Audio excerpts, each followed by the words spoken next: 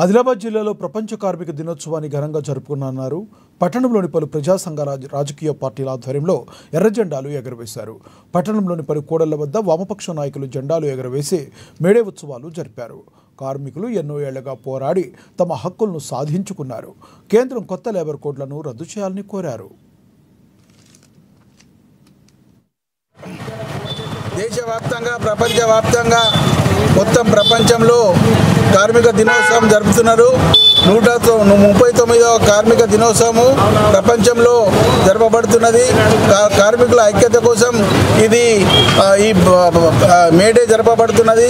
America రాష్ట్రంలో Chicago నగరంలో ఎందరో మంది కార్మికులు ప్రాణత్యాగం చేసి ఈ 8 గంటల పని దినాన్ని సాధించుకోవడం జరిగింది ప్రపంచవ్యాప్తంగా.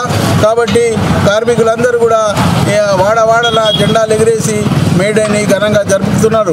ముఖ్యంగా ఈ కేంద్ర ప్రభుత్వము కార్మిక 4 లేబర్ కోడ్లు తీసుకొచ్చి కార్మికుల హక్కులన్నింటినీ కాలరాసింది.